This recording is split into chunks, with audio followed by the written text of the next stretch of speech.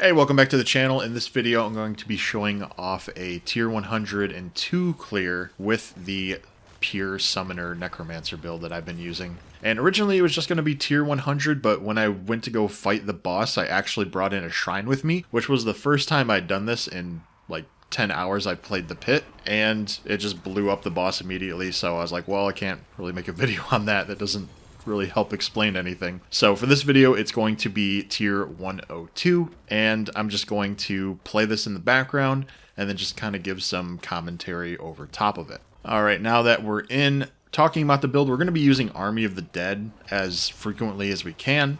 We're going to be using our golems and skeletons, obviously. This is a minion build. Corpse Tendrils, Corpse Explosion, and Decrepify.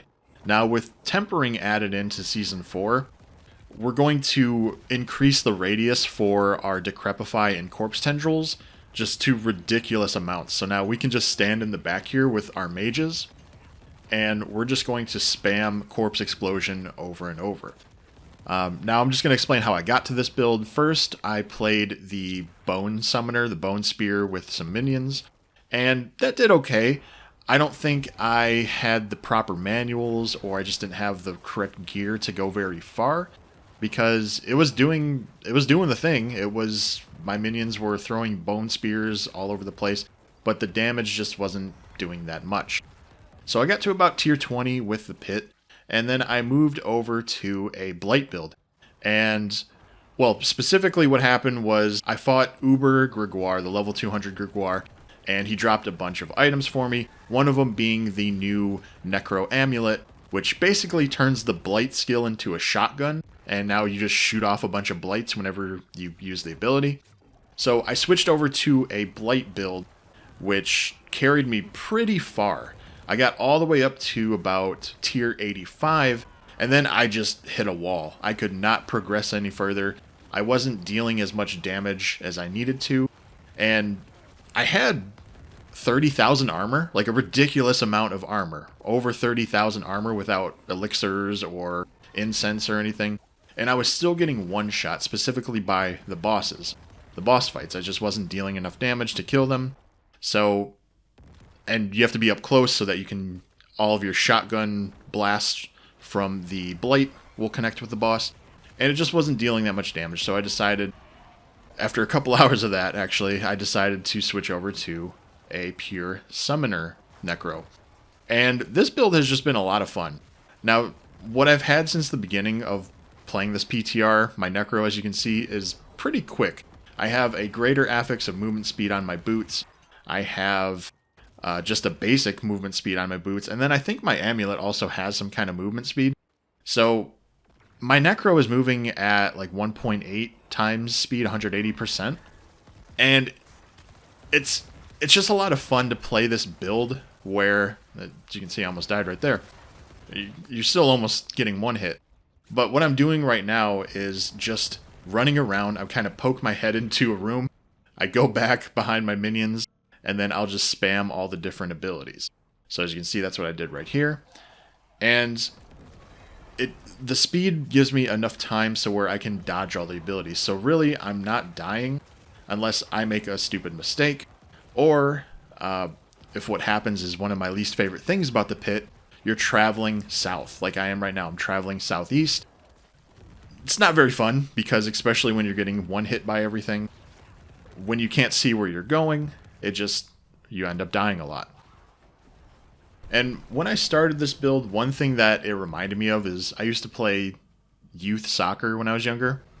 And my coach would always have this like mentality or this slogan of, if the other team doesn't score, they can't win. He was very defensive minded. So when I was playing this Summoner Necro build, it was just reminding me of that of, well, if I don't get hit, I can't die. My minions deal a lot of damage. My mages are dealing somewhere in the 700% damage. My golems dealing over 800 or 900% damage. So I know they'll get the job done. I just got to stay out of the way. And as someone who's basically played support roles in any kind of team-based game, whether it's like League of Legends or Overwatch, I am 100% fine with my minions just doing the damage, and I'm just kind of being in the back, being the commander of the team. So that's really what's going on here. You're just staying back. Lightning is a pain in the ass. Also wallers, as you can see.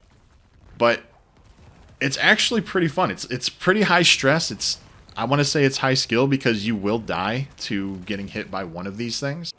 But if you can just stand back and just spam corpse explosions, use a tendril, decrepify to slow them down and deal more damage, it's really going to get the job done.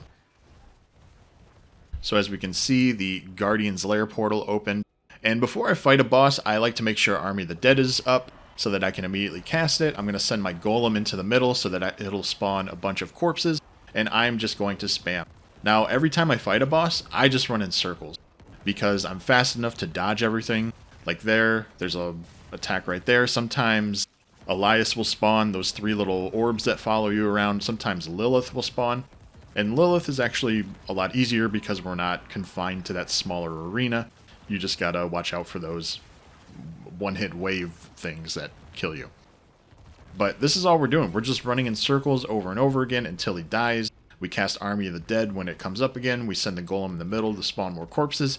And as you can see, we cleared tier 102 pretty easily. Get our hundreds of Neath Irons, and then we could keep going. I'm probably not going to keep going with this build, or just the pit in general, because I've played over 20 hours of the PTR already, and half of that, probably 10 hours in the pit, and I'm just kind of exhausted of the pit right now, especially because there's no real reason to go all the way to 200 since you don't really get anything. You just get more Neath Iron at this point. Maybe eventually they'll add in more things, but the build itself, it's good enough to clear tier 100. Okay, now we can look at the build itself, and I will say that the framework for this build is going to be Macro BioBoy's Pure Summoner build. Macro, if you don't know, he makes specifically Necromancer builds, goes really in depth with stuff that I haven't seen other people do, and he's been my go-to and a lot of other people's go-to when they want to know something Necromancer related. Since the PTR is only a week and I didn't play any Necromancer in Season 3, I'm going to trust Macro that he knows what he's talking about and just kind of go off of his framework. Now, with tempering and masterworking being a thing, and greater affixes being a thing, it's really hard to just copy a build because it's not like it was previously where you just find an item with 2 or 3 out of 4 affixes and then you just enchant for the 4th one or the 3rd one. So it's a lot harder to actually follow a specific build. So when I say I use the framework, I used like the aspects that he used, the skill tree, and the Paragon board that he provided. Everything else though, the items themselves, this is stuff that I tried to temper for, or that RNG with the Mastercraft, like a 25.5% lucky hit chance. I don't really want that, but what can you do with masterworking? So what we're trying to do is we're trying to increase a bunch of different sizes. Corpse Explosion, Corpse Tendrils, and Decrepify. If we can get those, then we can play more safe. We can just chill in the back and let our minions do all the damage. Now, another thing that I tried to focus on was specifically skeletal mages damage. There's a skeletal mages damage, and there's one where your skeletal mages can attack twice. 33.1% chance for skeletal mage attacks to cast twice. So we're going to have our skeletal warriors, and I'll pull up my stats here. Our warriors in the front, they're not going to deal much damage. They're mostly just for spawning those different corpses, because if we go to the Book of the Dead here, our Reapers, we have the Reapers having 15% chance to carve the flesh out of enemies, forming corpse. That's really all we're using it for. We're not using them for damage. Originally, I was going to have them be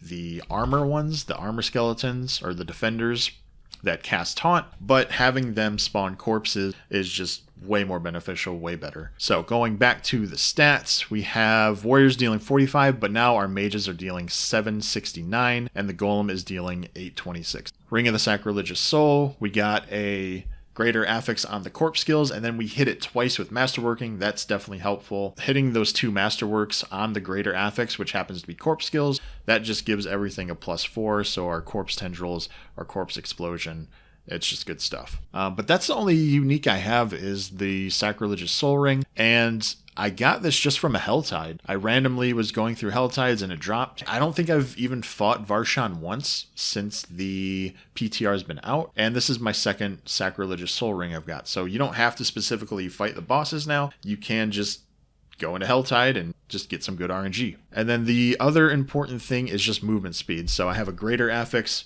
34% movement speed. Then I tempered for movement speed. And then I want to say I have, yeah, there we go, another tempered movement speed, so 16.7. So my Necro, which has been historically the slowest class in the game, is now running at a 182%. So you can just see we're zooming, which is good for the pit. It's good for the pit because you're on a timer. You want to clear as many enemies as you can, but also so that you're dodging all the different abilities. But I think that's about it for this video. I just wanted to show off a tier 100 and show the build I've been using. Like I said, most of the credit goes to Macro. I just kind of filled in the gaps where I could with tempering and masterworking, since that's more RNG. And I wanted to be a speedy boy who can just run around and dodge all of the one-hit mechanics. That's it for this video. Thank you for watching. Like always, we got more videos coming out, and I will talk to you soon.